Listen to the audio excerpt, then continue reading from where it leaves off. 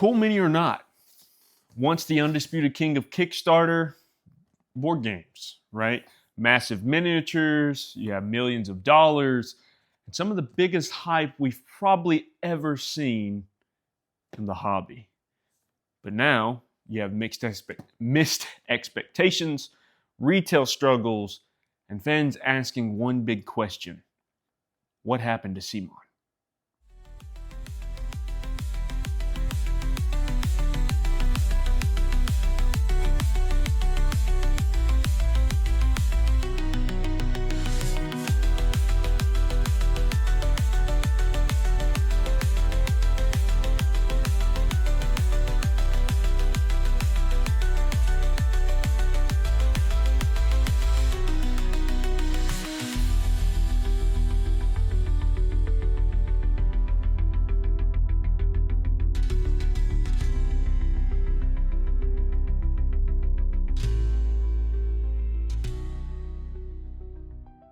What is up, everybody, and welcome back to another video that I have for you here. And today, as you've seen in the introduction, we're going to be talking about the rise and fall of Cmon, or Cool Mini or not. Now, if you've been in the hobby for even a few years, you've probably heard of Cool Mini or not.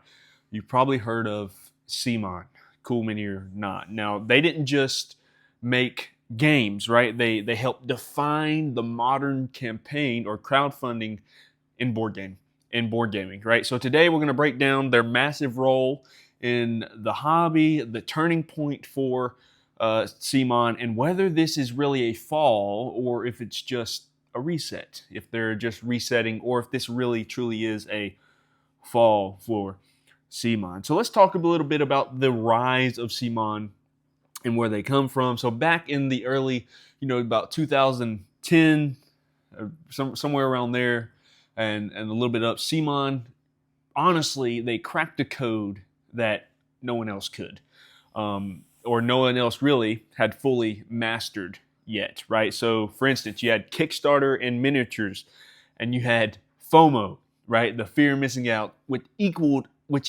a massive success for Cmon, right? So you have games like Zombicide, you have games like Blood Rage, Rising Sun, and even Cthulhu Death May Die, which is some of my great favorite games and some of the best games that you have on the market for really in retail, if you want me to be honest with you.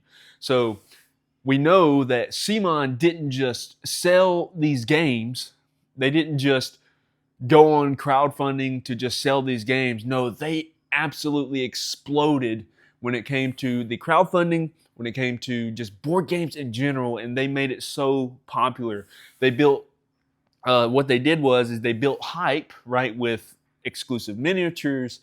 Also, I think of games specifically, Marvel United. They built hype with exclusive miniatures. They built hype with stretch goals every few minutes, and they limited content really for stuff that you had to back now. And it worked. It worked, and it worked well. We're talking millions and millions of dollars per campaign. Cmon had the art of crowdfunding, and it worked. It really did. It worked. As a matter of fact, at one point, backing a Cmon game felt like a no-brainer, right? Marvel Zombies, when it came out, there were people backing it like nothing.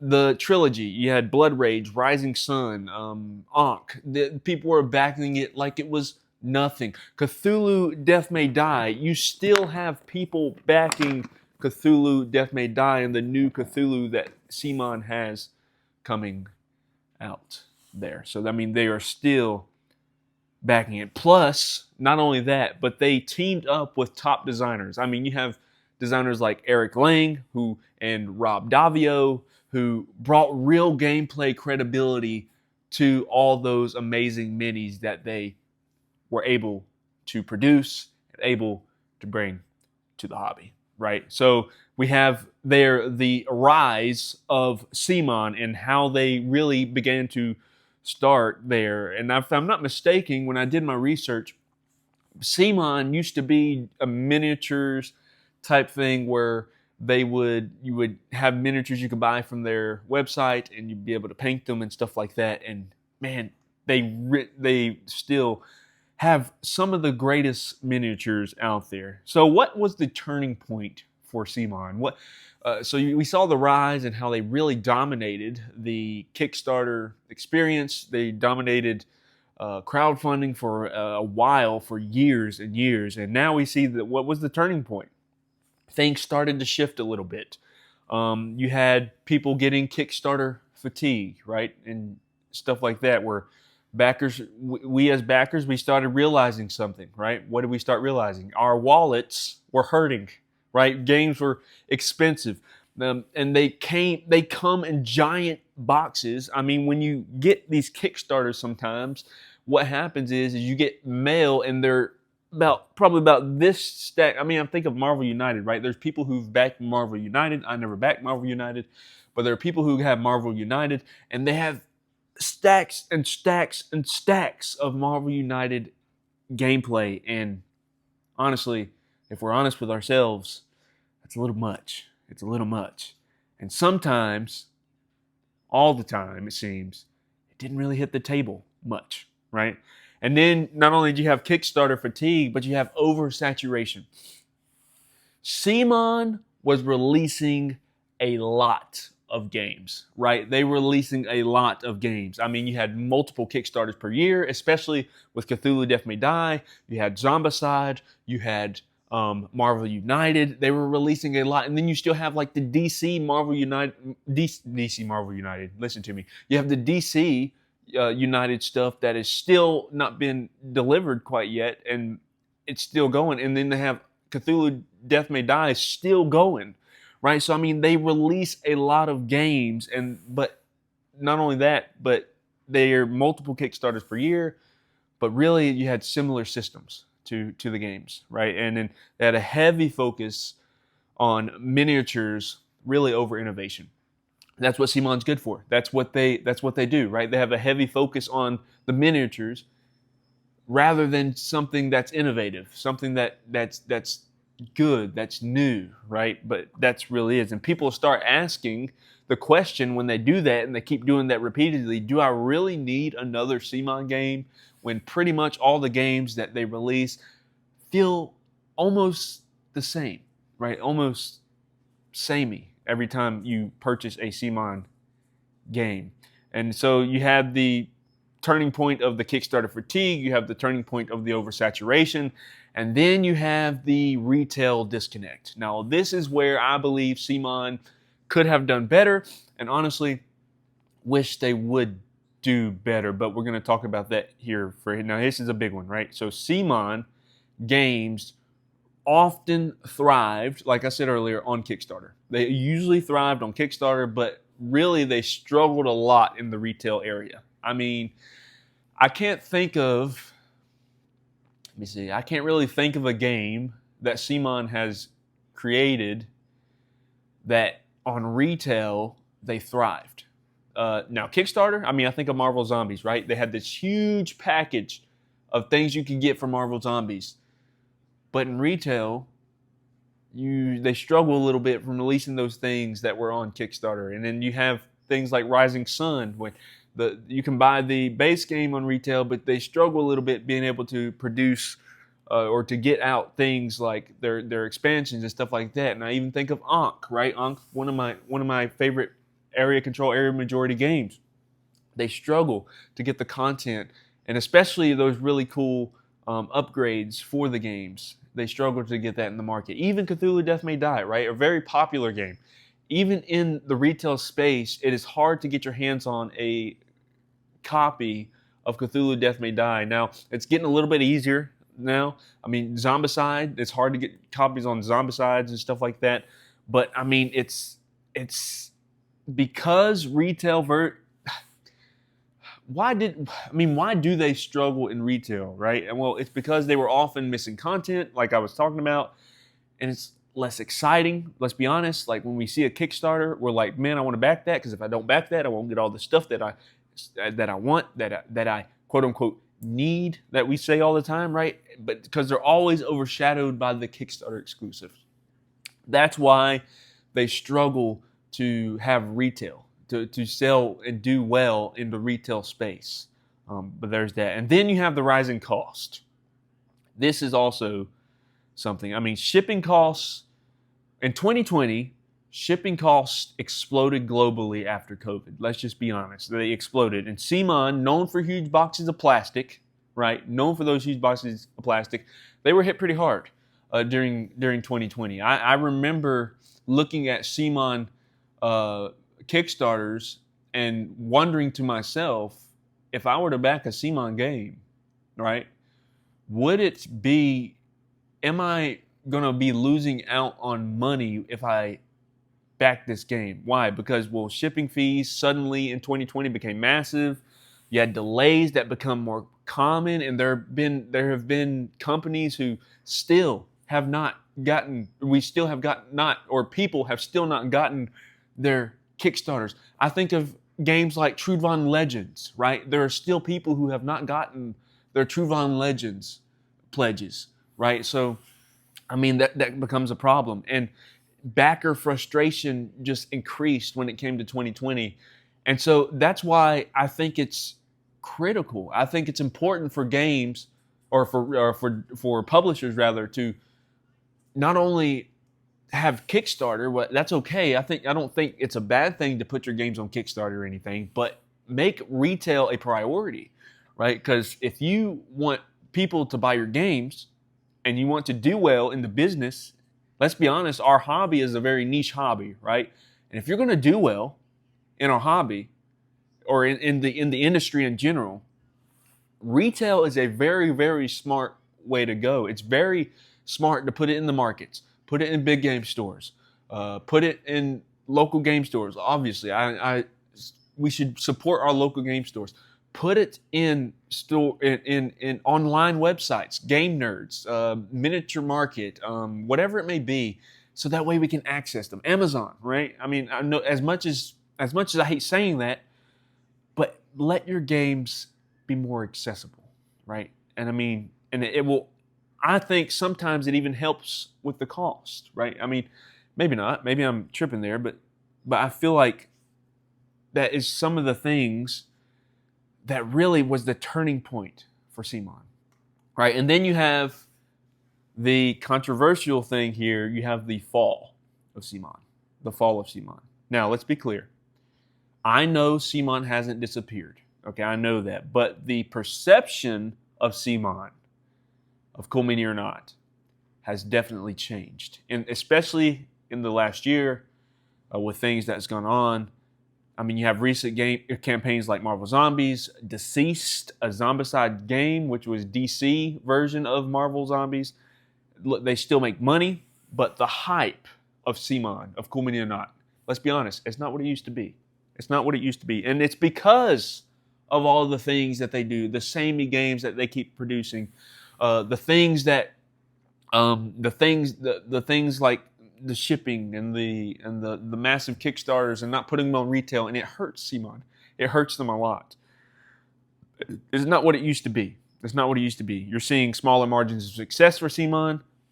You're seeing more cautious backers for Cmon because of some things that's happened, right, with Final Frontier Games, and things that's happened with people not getting their pledges in time, and more money having to be purchased and stuff like that.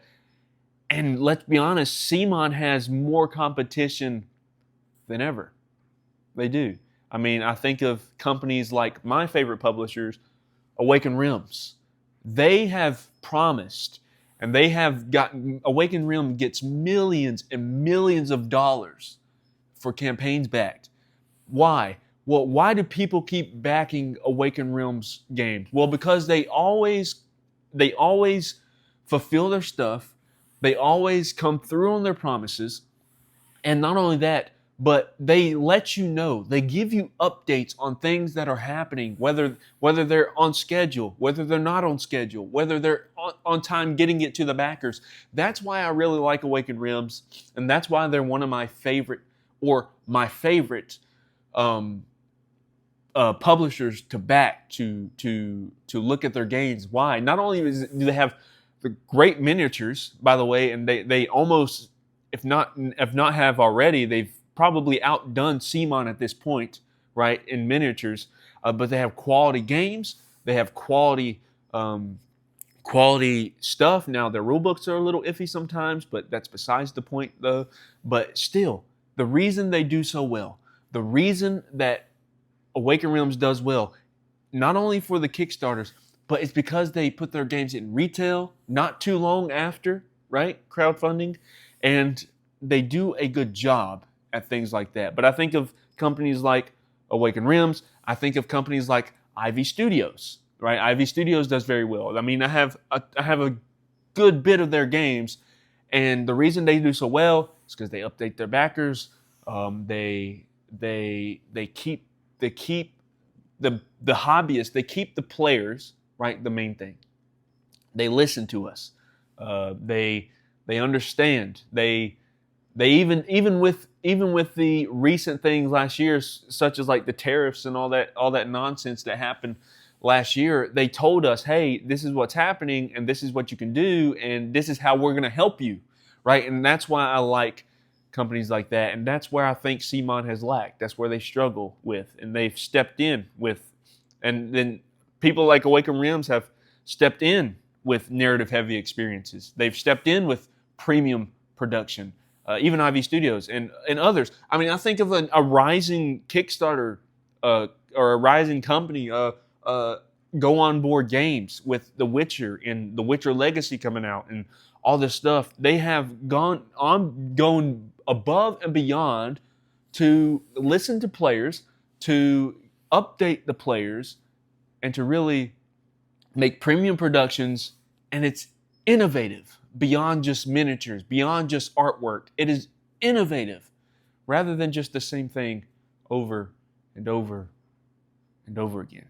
So let me ask this question. Is this really a fall for Cmon? Is this really a kick in the face, I guess you could say, for Cmon? Well, it might not be a fall, but maybe a correction for Cmon, right? Maybe they need to fix some things.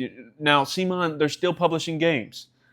They're still, as to my knowledge, as of this date, still making good money, making millions of dollars. They're still one of the biggest names in the hobby. But let's be honest, the market has matured, and the hobbyists, the players have matured, have grown in the hobby. Even new players coming in, we don't introduce them to Cmon games. We introduce them to games that are more innovative, more fun. Now, there are games that Cmon has, like Marvel Zombies and Zombicide, that people like, hey, you like video games? Let's try this. Or you like Cthulhu? You like the Eldritch vibe? Hey, let's pull out Cthulhu Death May Die. Hey, you like superheroes? Hey, let's play Marvel United, right? They still have that thing. You like area control games? You want to try something rather than Risk? Let's play Blood Rage. Let's play Rising Sun. Let's play Ankh. But here's the thing.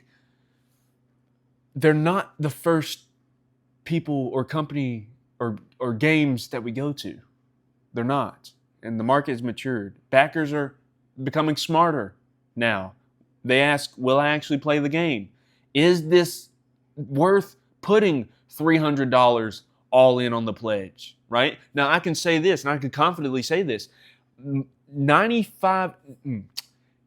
to 90% of the time, when I think of these other companies, like Awaken Realms, like Go On Board, like Ivy Studios, 80 to 90% of the time, I'm always asking myself, if I back this game, is the money that I'm spending on this game going to be worth it? Or is it just going to be the same experience that I had with their other games?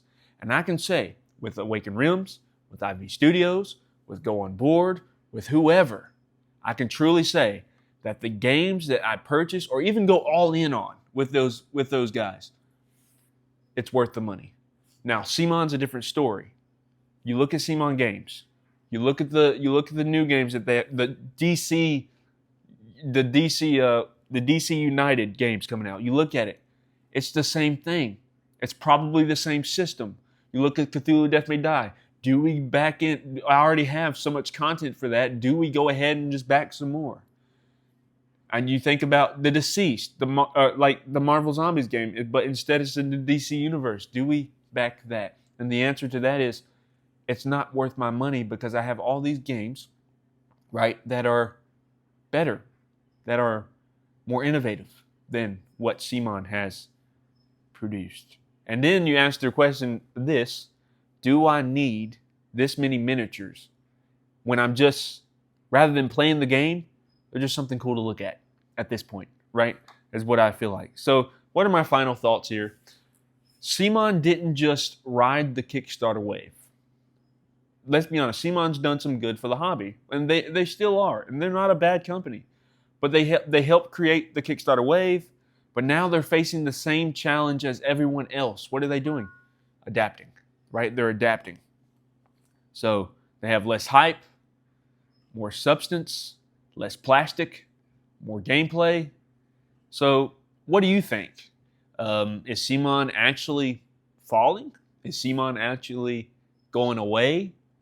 Or is it just evolving with the hobby? Let me know in the comments what you guys think there. Man, this is a hard one for me because I love Cmon's games. I really do. And I don't know. There's just something about Cmon to me that's really, if you want me to be honest with you, they need to do a little bit better. A lot better. If they're going to keep up with the competition, if they're going to keep up with the games, Cmon's got to step it up. Or else they may fall for good. Thank you guys for watching, and I'll see you on the next one.